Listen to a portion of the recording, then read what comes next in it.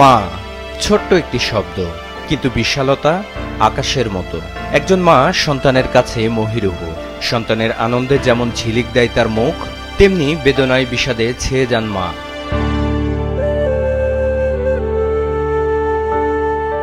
জন্ম থেকে মৃত্যু, সন্তানের হাত ছাড়েন না যিনি, তিনি মা।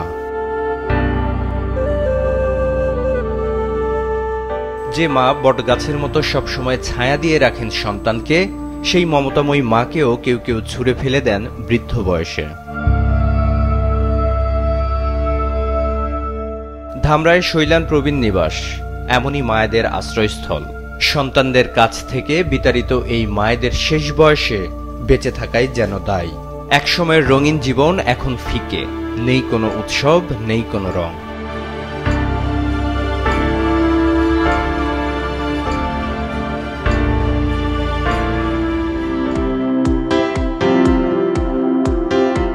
এমন এক ঝাঁক মায়ের মুখে হাসি ফোটাতে মায়ের সন্তান হয়ে আসলো স্কয়ার ফার্মা। এই পর্যন্ত বিগত যতগুলো মা দিবস গিয়েছে, আমার নিজের মায়ের সঙ্গে আমি মা দিবসটা সেলিব্রেট করেছি।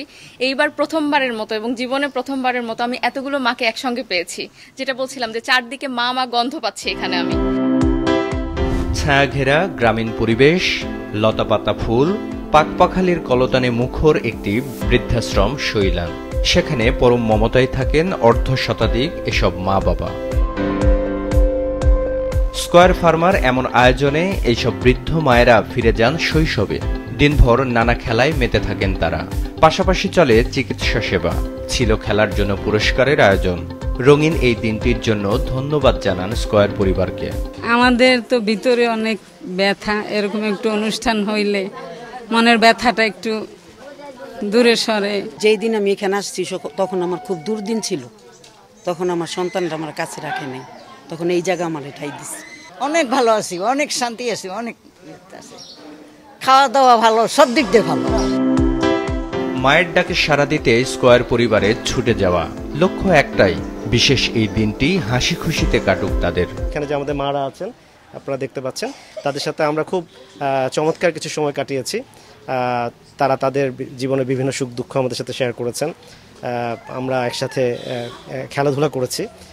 তারা এমনও অনেকে আছেন যারা এই ধরনের খেলাধুলা কখনো অংশগ্রহণ করেনি, নিজে থেকেই বলেছেন।